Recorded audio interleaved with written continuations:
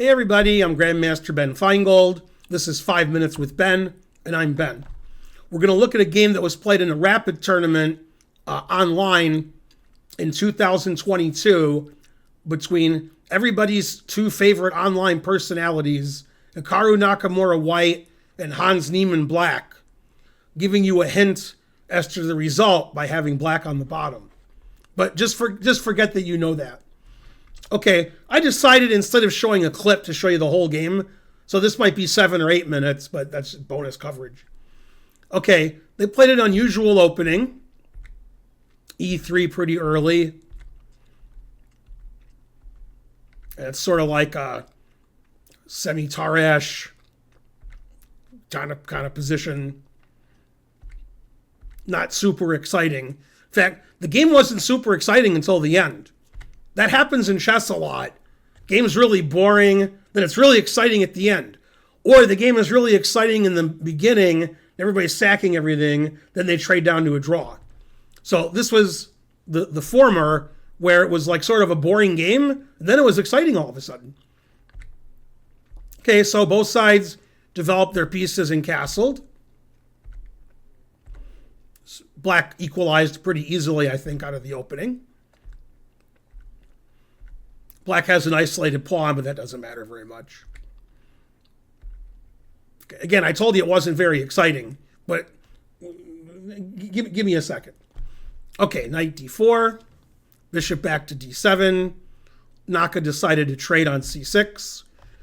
Normally, black would want to take with the pawn, but then the a6 pawn is hanging. So Hans took with the bishop. Now, Naka played the very unusual move, one that I wouldn't consider, knight b1. Very suspicious. I guess that opens up the diagonal for his bishop. I don't know, maybe Naka wants to play knight d2 to f3, I don't know. Knight b1's a weird move. Bishop e5, bishop a3, always repeat. Now they could repeat moves, bishop b2, bishop e5, but obviously neither player wants a draw, fighting players. Traded on d6. Hans took with the rook, is going to do a rook lift and try to, checkmate Hikaru if he can. Queen d4, blockading the isolated pawn. One of the good things about the isolated pawn is it gives you a square, an outpost for the knight on e4, which is what Hans did. Knight e4. Knight c3. Hikaru wants to trade pieces and go to work on the isolated pawn in the endgame. Hans doesn't want to trade pieces. Hans plays knight g5. And the idea behind knight g5 isn't to checkmate white. I mean, maybe it is. But the main idea is to play knight e6, attacking the queen, and then play d4, which gets rid of the isolated pawn, unleashes the black bishop onto the white king. Hikaru played rook fd1, controlling the d4 square, knight e6. Now Hikaru made an unfortunate move, and then made a very unfortunate move even later. He played queen b4. That's a very bad move. The queen's not protected on b4, but he probably thought he was pinning Hans's rook. And it's a rapid game. They're not thinking like 10 minutes a move. They're thinking like 10 minutes for the whole game. So they got to move pretty quickly. So d4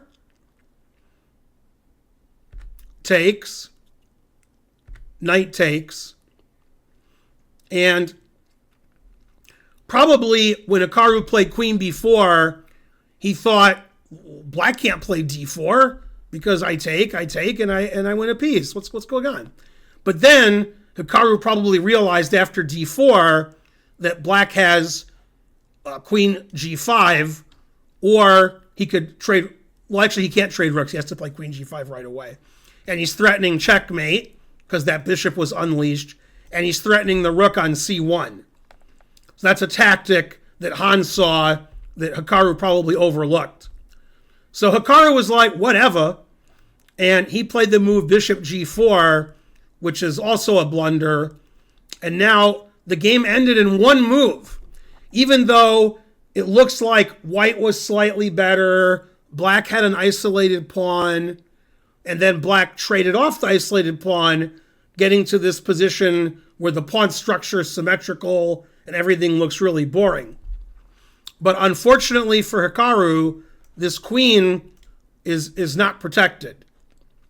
So Hans played knight f3 check, and that wins the game. Because black wants to play rook takes rook check, and then queen takes queen, and black's going to be up a queen for a piece. Because the queen on b4 is hanging. So Hikaru resigned. If Hikaru didn't resign, I'll just show you what would have happened. He would take the knight, he's in check, rook takes rook check, and then he loses his queen on b4. And he's down a queen for a knight. So that's two tactics that Hikaru missed, sort of back to back. When he played queen b4, he probably thought d4 wasn't possible, but he missed queen g5, threatening mate on g2 and the rook. And then when he played bishop g4, he missed knight f3 check, followed by rook takes rook check, and queen takes b4. After that game, it was clear to everyone that sooner than later, Hans would become the world champion. What's that? Hans isn't the world champion yet? That game was played 2.5 years ago? Okay, but, he's getting closer. So that was a Hans win against Hikaru in scintillating fashion. They have a lot of games like that where both sides win due to some tactic that the other one missed. And that turned out to be in Hans's favor. I'm Grandmaster Ben Feingold. This has been 5 Minutes with Ben. Please like and subscribe and leave a comment. It helps out the channel tremendously. And I'll see you guys next time with more 5 Minutes with Ben. Bye.